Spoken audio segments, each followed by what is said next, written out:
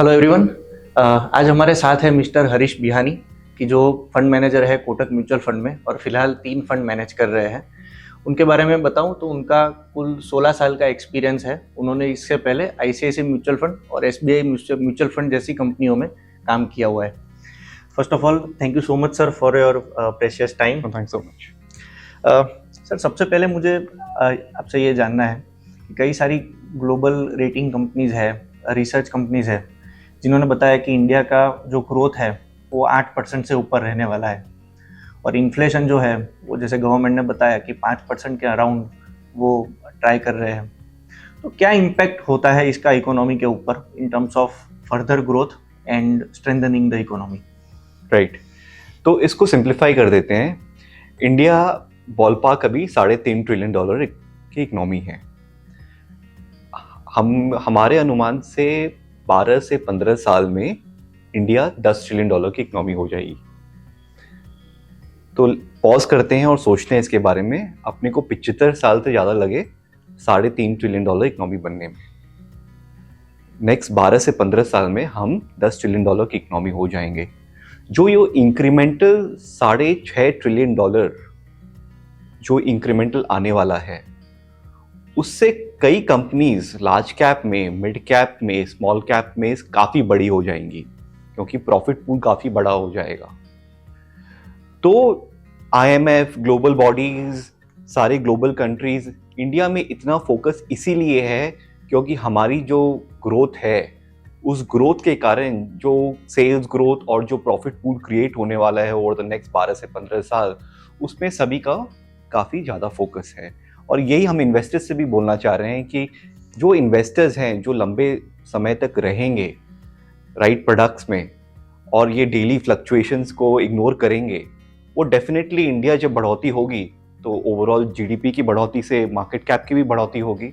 और अगर एक right set of portfolio companies है हमारे पास तो हम ओवरऑल अच्छा करेंगे। तो हमारी तो यही रिक्वेस्ट है सारे इन्वेस्टर्स से कि लंबे समय तक बने रहिए और ओवरऑल सब आउटकम अच्छा ही होगा। राइट। तो सर मेरा दूसरा क्वेश्चन ये है कि आजकल जैसे डिजिटल टेक्नोलॉजी बढ़ रही है, हर एक के मोबाइल में 5-10 एप्लीकेशंस रहती है और हर कोई अपने हिसाब से कुछ ट्रेड करना चाहता है या कुछ अपना हिसाब से पोर्टफोलियो बनाना चाहता है। राइट। तो how mutual fund is placed compared to DIY kind of thing in the long term? ये DIY काइंड ऑफ थिंग क्या है कि ये जो अभी का समय चल रहा है जहाँ पे मोमेंटम स्टॉक्स अच्छा कर रहे हैं, क्वालिटी कोई फोकस नहीं कर रहा है, जो एक पर्टिकुलर थीम है वही अच्छा कर रही है या कुछ थीम्स अच्छा कर रही हैं, तो ओवरऑल मोमेंटम मार्केट में DIY अच्छा करता है। सबसे बड़ा म्यूचुअल फंड में जो बेनिफिट आता है इन्वेस्टर्स को कि एक म्यूचुअल फंड मैनेजर जिसके लिए day in and day out हमारा काम यही है कि हम ये वॉलेटिलिटी को नेविगेट करें, हम कैसे ओवरऑल प्रोटेक्ट करें downside for our investors in a bad market. तो मार्केट में प्रॉफिट बनना अच्छे मार्केट में मे बी आसान होगा बहुत जन के लिए, बट आप कैसे वो नेविगेट करेंगे volatility in a down market जी, और ओवरऑल आपकी ओवरऑल पोर्टफोलियो की बढ़ोतरी होगी, ये फोकस म्यूचुअल फंड में काफी ज्यादा है। तो क्या शायद हम कम रिटर्न देंगे ऐसे समय पे, बट ओवरऑल लॉन्गर टर्म ये सब इवन आउट हो जाएगा हमारे हिसाब से। Right. And one has to look it at a business कि अगर हर रोज आप कर रहे हो, it is becoming a part of your business. Exactly, ये एक बिजनेस भी है और एक थीम को, एक सेक्टर को समझना, एक कंपनी को समझना, जो डीप समझना अगर आप कर सकते हैं तो प्लीज कीजिए, नहीं तो आप एक एक्सपर्ट के ऊपर छोड़ दीजिए ये डिसीजन, क्योंकि अभी जो अच्छा लग रहा है वो में खराब समय पे बहुत खराब लगेगा। ट्रू। आप जैसे कोटक म्यूचुअल फंड में पिछले 7-8 महीने से जुड़े हैं, तो इन्वेस्टर को आप ये समझाइए कि जैसे आपके पहले भी कोई फंड मैनेजर यहाँ पे थे, इसके बाद आप आए, तो ये ट्रांजिशन फंड का किस तरह से रहता है? उन्होंने उनकी थॉट प्रोसेस के हिसाब से, रिसर्च के हिसाब से वो मैनेज कर रहे होंगे। How do you input your thoughts and how do you navigate those time of transition? सबसे इम्पोर्टेंट बात ये है, ये जो समझना चाहिए सारे जो म्यूचुअल फंड इन्वेस्टर्स हैं उनको, कि एक कोई पोर्टफोलियो मैनेजर ट्रांजिशन होता है तो जब उनकी हायरिंग होती है तब जो CEO होते हैं, CIO होते हैं, वो यही देख के हायर करते हैं कि क्या ये हमारे प्रोसेस में ओवरऑल घुल मिल पाएगा या नहीं पाएगा। True. क्या ये जो ओवरऑल हमारा जो फोकस है, हमारा थॉट प्रोसेस है, उसमें घुल मिल पाएगा या नहीं मिल पाएगा। सो ये एक बहुत बेसिक है, ये जो इन्वेस्टर्स नहीं समझ पाते हैं। उसके बाद जो एक नया पोर्टफोलियो मैनेजर आता है और ट्रांजिशन होती है, उसमें ऐसा होगा कि 15% ऑफ द ओवरऑल पोर्टफोलियो जो हमारे केस में था, वो ऐसे स्टॉक्स होंगे जो शायद नए पोर्टफोलियो मैनेजर को नहीं समझ में आ रहे हैं। बट ऐसा तो नहीं है कि जो प्रीवियस पोर्टफोलियो मैनेजर थे उसने ऐसे ड्रास्टिक स्टॉक्स लिए थे या इतना डिफरेंट थॉट प्रोसेस था जिनके कारण सब कुछ चेंज करना पड़े। सो ओवरऑल आपको ये फिलॉसफी समझनी पड़ेगी ये फंड हाउस की, कि जो नए फंड मैनेजर हायर कर रहे हैं वो सिमिलर थॉट प्रोसेस से हैं, सिमिलर ओवरऑल रिसर्च कल्चर से है या नहीं है। जो कि यहाँ पे क्लियरली हमारे केस में था। हमारे केस में 3 फंड मैनेजर चेंज हुए हैं हमारे म्यूचुअल फंड में।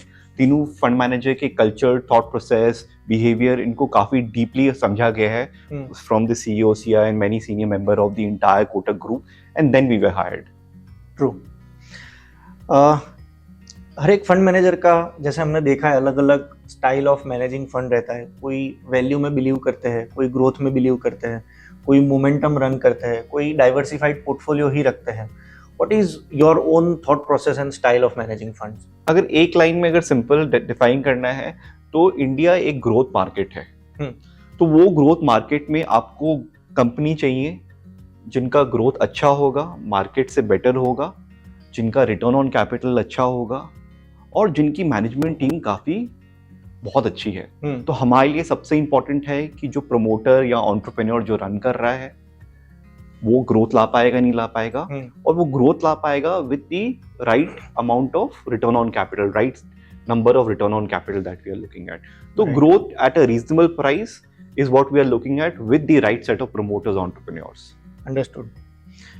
Since you are managing a small cap fund and a business cycle fund, which is pretty much the broad market that you are covering, valuation sir किस तरह से लग रहा है आपको, अगर शॉर्ट में आप बता सकें? वैल्यूएशन क्या है ना, वैल्यूएशन में ये बहुत बड़ी चुनौती है हमारे लिए समझाने के लिए कि सबको लगता है वैल्यूएशन बहुत महंगा है। वैल्यूएशन को हर समय बिजनेस साइकिल पहले देखना चाहिए, अर्निंग साइकिल देखना चाहिए, उसके बाद वैल्यूएशन देखना चाहिए। अगर मैं आपको बोलूं कि आज पी मल्टीपल 16 है इंडेक्स का और नेक्स्ट 5 साल 0% ग्रोथ है, तो आप इन्वेस्ट करेंगे? या मैं आपको बोलूं कि पी मल्टीपल 22 है बट नेक्स्ट 5 साल 15% ग्रोथ आ सकती है मार्केट में, राइट, तब आप इन्वेस्ट करेंगे। अगर बिजनेस साइकिल सही है, अर्निंग साइकिल सही है, लेवरेज सिस्टम में कम है, प्रॉफिट टू जीडीपी इंक्रीज हो रही है, तो बहुत सारे फैक्टर्स हम देख के ये बोलते हैं कि ठीक है, मे बी स्टॉक मार्केट थोड़ा ज्यादा महंगा है बट मार्केट पार्टिसिपेंट्स वो फैक्टर कर रहे हैं कि बिजनेस साइकिल अच्छा है। यस। तो ऐसे मार्केट में इंस्टेड ऑफ थिंकिंग कि मार्केट महंगा है सस्ता है, हमको ये सोचना चाहिए कि मार्केट जब भी अपॉर्चुनिटी देगा तो हमको एग्रेसिवली मार्केट में जाना है। हमको डर तब लगना चाहिए जब बिजनेस साइकिल नीचे जा रही है। वो हम कैसे अनुमान लगाएंगे? वो हम देखेंगे लेवरेज सिस्टम में बहुत हाई है, प्रॉफिट टू जीडीपी बहुत पास्ट सिग्निफिकेंट पीक हो गया है, बहुत सारे और फैक्टर्स देखते हैं। तो ये हमारी रिक्वेस्ट है सभी से कि वैल्यूएशन एक एब्सोल्यूट नंबर मत देखिए, उसको business cycle, earning cycle, behavioural cycle से कंबाइन कीजिए। जी। आखिरी सवाल मेरा ये है कि आपकी 16 साल की जो जर्नी रही है, आपने फंड मैनेजमेंट साइड पे काम किया हुआ है, बहुत सारे इन्वेस्टर्स, एडवाइजर्स को भी आप मिले होंगे, तो what has been your biggest learning till now, और जो आप इन्वेस्टर्स को इन्वेस्टर पॉइंट ऑफ व्यू से भी बता सको कि फ्यूचर की उनकी इन्वेस्टमेंट जर्नी वो किस तरह से बेहतर बना सकते हैं? बहुत सिंपल है इसमें कि आप अगर कोई भी 10 साल प्रीवियस 10 ईयर हिस्ट्री देख लें अपना या आपके इन्वेस्टर्स का है किसी का भी, तो हमको ये रिग्रेट कभी नहीं हुआ है कि हमने ज़्यादा इन्वेस्ट किया है। हमको ऑलवेज ये रिग्रेट है कि हमको और ज्यादा इन्वेस्ट करना चाहिए था। ट्रू। तो ये रिग्रेट, और उस समय भी मार्केट महंगा था, उस समय भी इश्यूज थे, उस समय भी ग्लोबल इवेंट्स थे, लोकल इवेंट थे, बजट था और इलेक्शंस था और बहुत सारी वॉलेटिलिटी थी।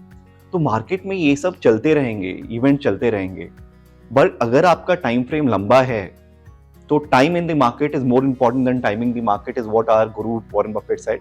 एंड ये सबसे इंपॉर्टेंट है बिकॉज अगर आपके 10 साल है तो कोई भी समय खराब नहीं है इन्वेस्ट करने के लिए। राइट, आपको लिफ्ट करना पड़ेगा वॉलेटिलिटी के थ्रू, मार्केट में चढ़ाव उतराव सब होगा, बट अगर आप रहेंगे तो ओवरऑल आपको और इंडिया जो ग्रोथ आएगी आपको अमंग्स द बेस्ट रिटर्न मिलेगा अक्रॉस प्रोडक्ट्स, इज ये मेरे फर्म बिलीफ है। Right. Thank you so much sir thank you for sharing your thoughts. Thank you. Thank you.